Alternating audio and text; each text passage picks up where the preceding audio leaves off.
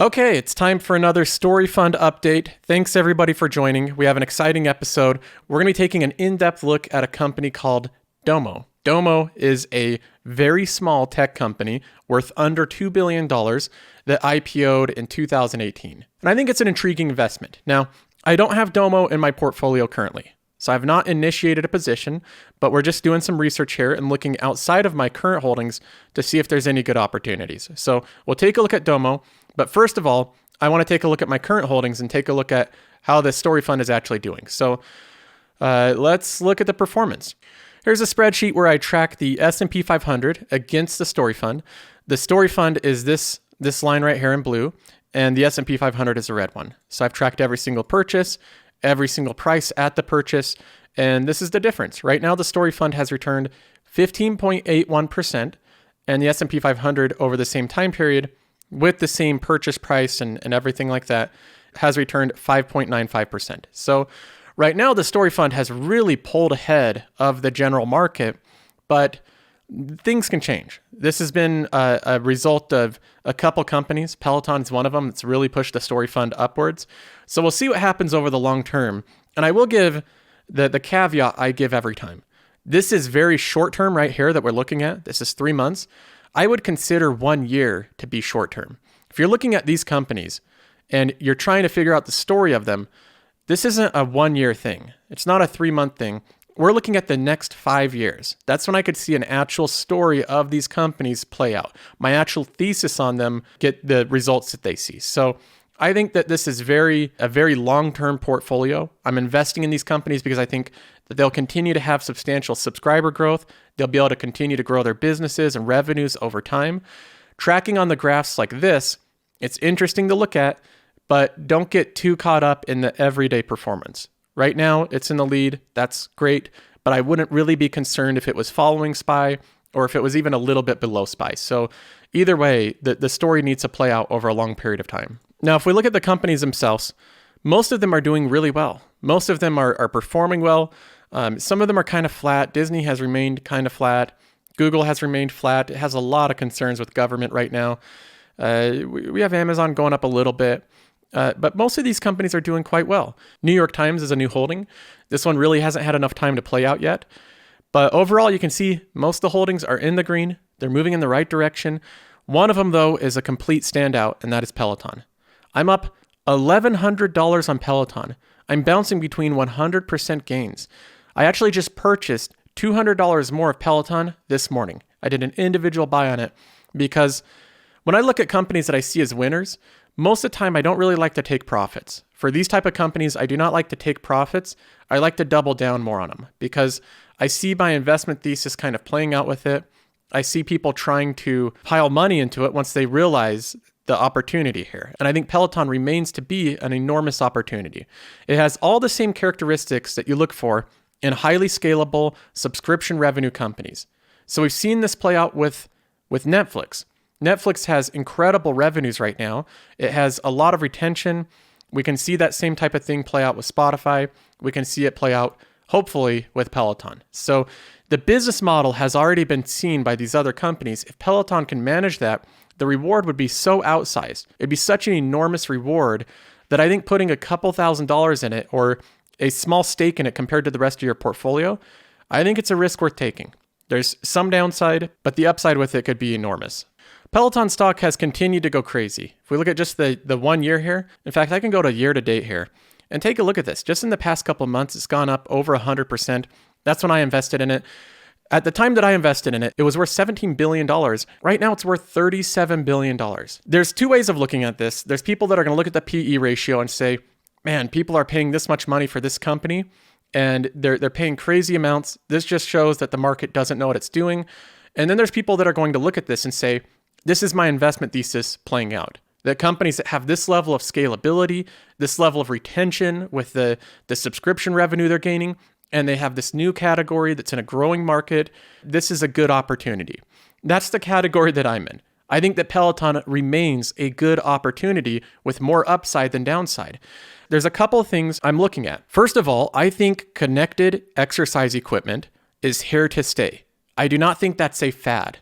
I think that it is a very long-standing trend that will be around for a very long time. The concept of it is pretty amazing. To be able to have a great trainer in your home training you to do fitness, that's something that people want. To be able to do that before, you'd have to drive to the gym. You'd have to actually pay a trainer that would be much more expensive than $40 a month. It would be hundreds of dollars a month to get a trainer to do one-on-one training with you. So the concept in and of itself, I think, is a good concept. The competitors, even though they're Apple trying to get in fitness content, I do not think they're set up correctly to compete with Peloton. For instance, let's take a look at one piece of evidence here in our little investigation on Peloton. For Reddit, there's communities for specific things. There's communities just for about everything. Peloton has an active community with 97,000 people that have joined. And currently, right now, there is 1,100 people online. It's a pretty active community for an exercise bike. 91,000 people that have joined specifically a Peloton subreddit. This isn't an exercise one. This isn't a cardio subreddit. This is just Peloton. That's a pretty good community. Now, we can look at statistics of this. Here's a graph showing the amount of subscribers to the Peloton community over time. Look at the growth of this. It's growing parabolic. It's basically vertical right now. It's up to 91,000. In just the beginning of 2020, it was 20,000. This is insane growth for a company.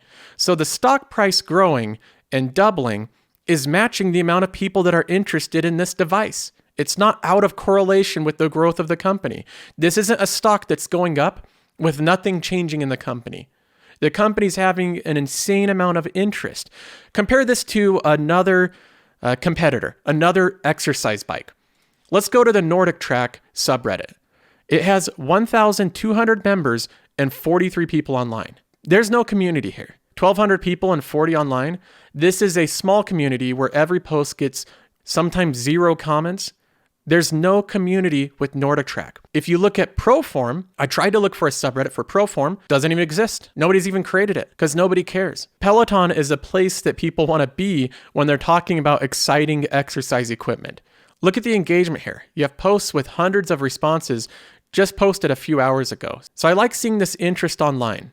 And I don't think that this is just with the subreddit. There's a lot of other anecdotal evidence that you can look at. For example, there was a post 2 months ago on the Peloton subreddit that says, given the recent influx of new members, we have experienced an overwhelming amount of questions regarding the delivery, the tech and hardware support, and service issues. Let me read that first part again. Given the recent influx of new members, we have experienced an overwhelming amount of questions. This is not an investing forum. This is a Peloton community forum on Reddit, and they're talking about the new influx of customers, that they're receiving an overwhelming amount of questions. That's a business that you want to own, one where they have an overwhelming amount of interest in the business. Now, another thing that I've seen that's common among Peloton forums, especially in the last couple months, is people complaining about how long it's taking them to get their bikes because so many people are ordering the bikes. There's a delay. It takes weeks now to get a Peloton bike because so many people are ordering them. These are good problems to have if you're a business. This is the same thing that Tesla struggled with. They couldn't make enough cars to sell to people. They couldn't assemble them quick enough. Peloton is struggling with the same issue. They have a boom in interest. This is a growing community that's gaining tens of thousands of new people every single month. There's lots of people ordering these devices. And unlike other companies where you sell the device once and then you're done, Peloton sells the device, they make a bunch of money up front that can continue to fund operations, and then they sell them a subscription. So the lifetime value of a customer is far higher than the price of the device. So I look at anecdotal evidence like this. I look at the growth of the subreddit like this. I see people around me getting delivered Pelotons. I hear more and more about it every single day with people in my social circle, people I work with, people talking online. It's becoming more ubiquitous. Again, nobody has interest in Nordic Track. Nobody wants to own these things right now unless they are a very specific Dave Ramsey, I want to save every penny type of person, and they don't care about any social aspect. But this has no interest. This is not a threat to Peloton. In any category, I don't think Nordic Track is a threat. This is where people are going right now. So I look at this evidence, and I consider it far more powerful than the many bearish people on Seeking Alpha talking about valuation of the company. I think a lot of them don't understand the value of a subscription business model. They're just looking at the PE ratio right now. They don't factor in the growth potential of the company, the growth potential of the category. I think there's a lot of things left out. So investors are starting to see that. And I think that Peloton is trending in the right direction, but I also think it has a lot more upside. Now, on top of that little bits of anecdotal evidence, there's more of it. On YouTube, there's a video posted just yesterday that was by John B. Christ. He has 566,000 subscribers. So this is no small-time YouTuber. Let's look at this video. He makes fun of Peloton culture and the owners of it. For some people, it's just a bike. For me, it's honestly more of a lifestyle. Every time before I start a workout, I like to open the blinds. Not necessarily for me, obviously, because I gotta look at the screen, but I just wanna make sure the neighborhood knows that I work out on a Peloton. Dude, I just got a Peloton. Yeah, I'm gonna post about it constantly. I'm a pretty rational guy. Peloton makes sense for me. I mean, sure, it's sunny and 70 degrees outside, but I'd rather be in my dining room breathing recycled air staring at a TV screen. It's just obviously. This is the type of videos he does. He makes fun of every different thing. So he's poking fun at Peloton users and the obsessiveness over Peloton. But this is a validation of what Peloton has accomplished. They're becoming culturally normalized now as the go-to exercise bike. Everybody wants to be a part of this same thing. So let's listen to a couple other things that he pokes fun at with Peloton. Andrew has an off-brand Peloton. It's like a, what do you call it, Norditrack or something? It's like, ugh. What's it like being poor? It's like riding. He has an off-brand Peloton called a Norditrack. What is it like being poor? This is the exact cultural thing that Peloton has been able to accomplish. Norditrack is now, it's out. Nobody wants the Norditrack. People that have that probably bought it a few years ago before Peloton became the viral sensation that it is now. But this is the type of cultural change Peloton has accomplished. The scenic rides they have are honestly unbelievable. You can choose to ride anywhere, except for like low income areas. I take my Peloton outside sometimes and just do my workout on the sidewalk. Just so the whole neighborhood knows, like, I own a Peloton, you know? It's a status symbol, and he points that out in this video. People like to show off that they own a Peloton. That's the device that they want to own for home cardio. And of course, if you scroll down on this video, the very first comment is, our Peloton just delivered last night. So this is what we're seeing, a normalization of Peloton becoming the go-to exercise device. I don't think that Apple is really going to destroy Peloton. I think the Apple Watch with some fitness content, it'll probably be part of their offering, but people want this bike. It's becoming made fun of on social media. It still has that cult aspect following. We're going into winter season. We're going into the time where people focus more on health and fitness. So this is something that I'm still very bullish on. Okay, that's enough of Peloton. Let's get into Domo. First of all, what is Domo? Let's take a look at this video here. Hello, I'm a very important CEO. I don't have my watch.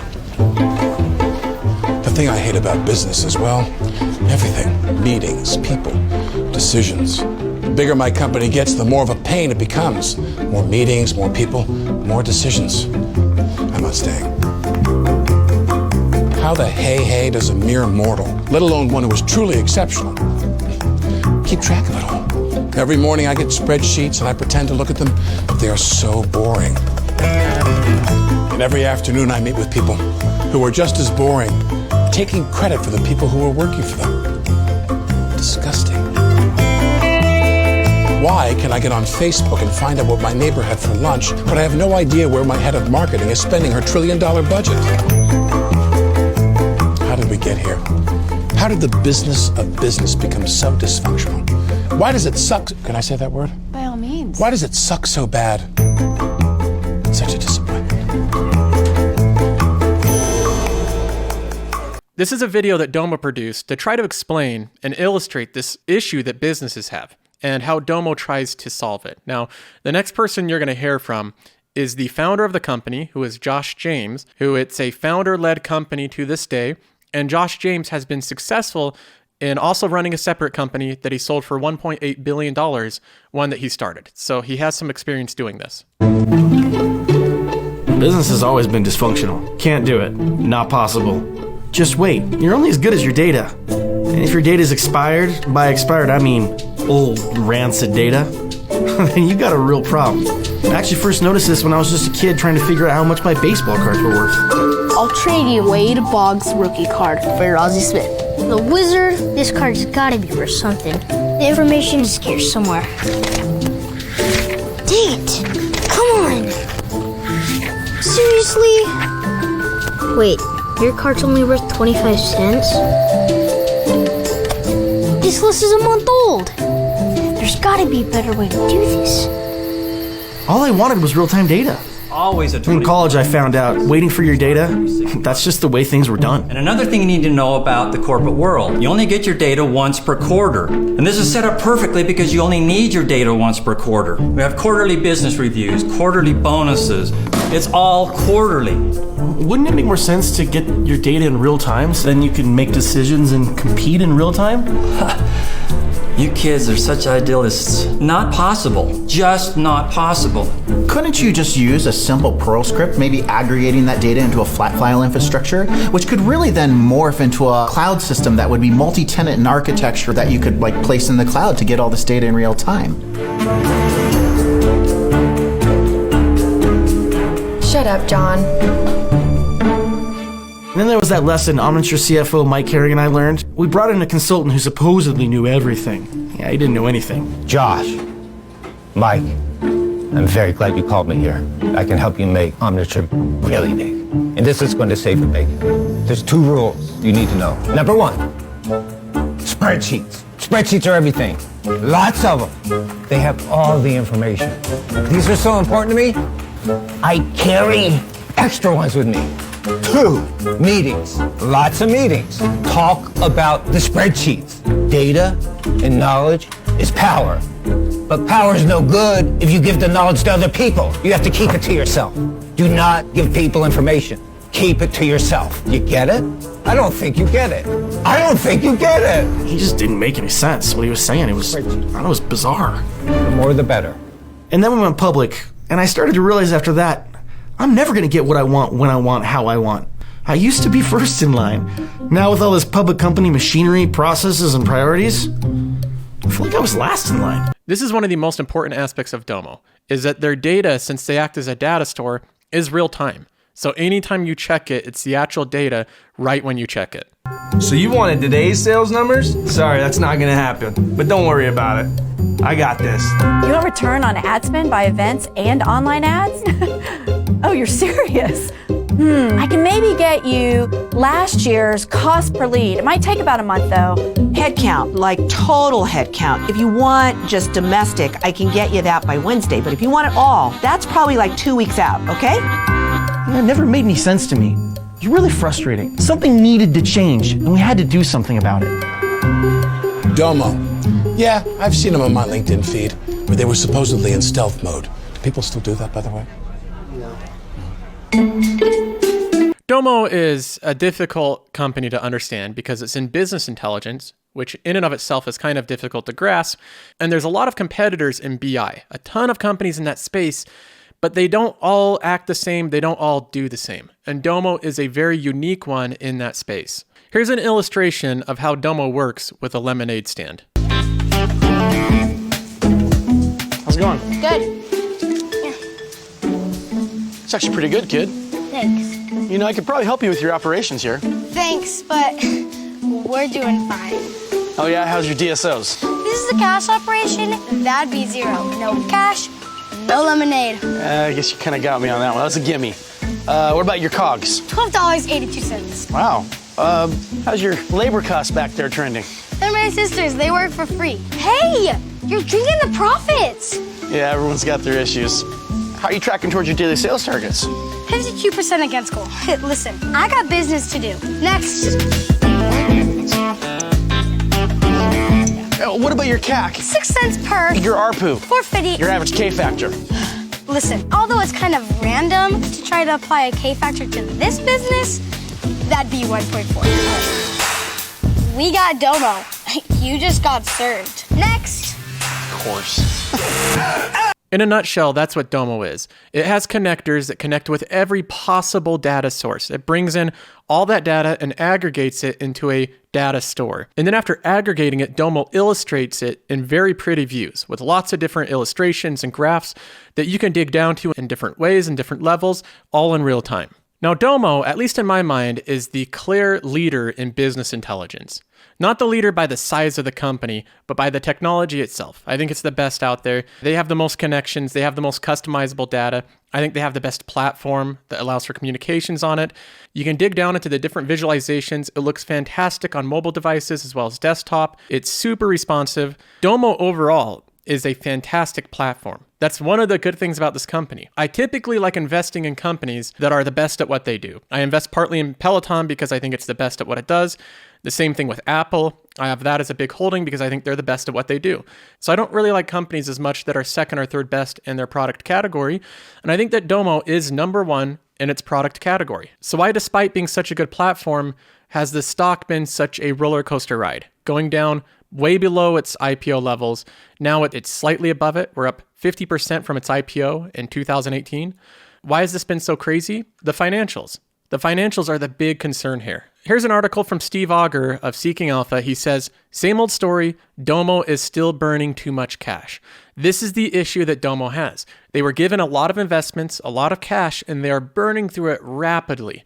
And right now their operating margins are negative. So this is a company that originally, when it IPO'd, it was actually burning through more cash every year than it was taking in total revenue. If you can believe that. It was burning through more cash than its total revenue, not just its profit, but its revenue. Since then, the operating margin has steadily improved, but it's still in the negatives. Steve Auger, I think, highlights the pros and cons of the financials right now. He says the good news is they're having year-over-year revenue growth of 23%, along with reduced expenses. So they're both growing revenue, reducing expenses. That's the good news. The bad news is they still have weak cash flow margins of negative 28%. He says the stock is undervalued on a relative basis, but the poor margins make investing in this company a difficult proposition. Steve Auger's primary argument against Domo is the cash burn, the lower levels of cash that they have on hand every single quarter. You can look at this. They went from $240 million on hand in September of 2018, and then they reported the quarter. That dropped down to $200 million. And then in March of 2019, they had $180 million, $160 million a couple months later. The next quarter, they had $140 million, $120 million. And then we're in May of 2020, they have $100 million. And then right now, they have $83 million. The trend of their cash is that it's continually declining. Now, management of Domo has painted a very different picture. They said that they know full well their cash burn and that they will get to net positive. They will get to cash flow positive by the time they run out of this cash, without having to dilute shares and without having to raise any new debt. That is what management has been promising. That is not what they have delivered yet. So that is the big thing. Can Domo become neutral? Can they become cash flow positive by the time they run out of this $83 million? That's a difficult proposition. That's one that Domo executives and Josh James are saying that they can. That's one that Steve Auger and other analysts on Seeking Alpha are saying that they can't. Now we have the line of the cash flow continually getting burned down, and that's not good to see, a company running with less and less cash every single quarter. But the free cash flow margin, how much money they're really losing every quarter, this is becoming less and less every quarter as well. Again, if we look back to 2018, you can see the trend of this. It was over 100%. They were losing more money than they were gaining in total revenue. And now this has improved over time to the point where it's only negative 27% right now. That number in and of itself might be scary, having a negative free cash flow, but look at it in relation to the total timeline and look at the trend of this. It does seem like Domo is moving in the right direction by reducing their expenses and continuing to earn more money year over year. Now, this is not a consensus stock. There's a lot of debate on the valuation of Domo, the direction it's headed, how it compares to its competition. There's a lot of opinions on this one. Not everybody loves it. Not everybody hates it. There's comments like this on Seeking Alpha. Non-GAAP loss each year in the last 6 quarters, 29, 26, 24, 18, 10.4. I'm starting to see a pattern there. So somebody pointing out that they're losing less and less money every quarter, if that continues, then they'll probably hit the positive. And Steve Auger replies that they don't have $83 million in the bank for long. So again, he's saying that they're going to run out of money before becoming profitable. Now, one of the bright sides of Domo is that it seems to be a recession-resistant and coronavirus-resistant stock. If we look at the total revenues, it did not slow down because of 2020. So we had the coronavirus, we had the market panic, and there's a big sell-off that happened right here. Domo was down 60% plus, almost 70%. It was trading at $11 a share. They reported that they were doing fine and actually increasing the amount of business they were doing, and it's up 380% since its lows. So this is a company that has surprised investors during this recession, when companies are typically trying to figure out ways to lower their budget, lower their operational expense. It doesn't seem like they're cutting Domo out of the picture, which is good news, because if Domo signs up a customer, they want their product to be very sticky. They want it to be one of the last things in the organization that gets canceled or not renewed. So Domo does seem to have a recession-proof and a coronavirus-resistant business. So while investor sentiment has improved with Domo, their ability to stay relevant even during coronavirus, their ability to continue to increase year-over-year sales despite lowering their expenses, those are good things that investors like to see. There's one concern that I have. If I look at my holdings in the Story Fund, you'll notice a pattern with them. Most of them are not business to business. That doesn't describe most of my holdings. I do have a couple. I have CRM, which is a smaller holding. It's 4%. I have Twilio. There's some companies that might do some business-to-business work like Adobe, but most of them really are not B2B companies. And that is for a specific reason. I don't really like focusing on business-to-business companies. This is something that I realize that I don't look for in companies. And the reason why is I believe strongly that the product should be good enough from a company to be able to spread and be viral and sell itself without the need for a marketing team. So I look at, again, we can go back to Peloton. There's YouTubers that are funny ones that make fun of cultural trends and things going on right now that are making viral content about Peloton. This company doesn't need to pay for that to happen. They are viral in and of themselves. So this spreads without any need of a marketing team. They have one, they market it, but a lot of people are doing that marketing for them via social media. That is a business to end user company. And that's the type of company I like to invest in. The same thing with Facebook. Facebook didn't have to pay much for marketing. People just shared it themselves. Social media, it was shared inherently with the way it was constructed.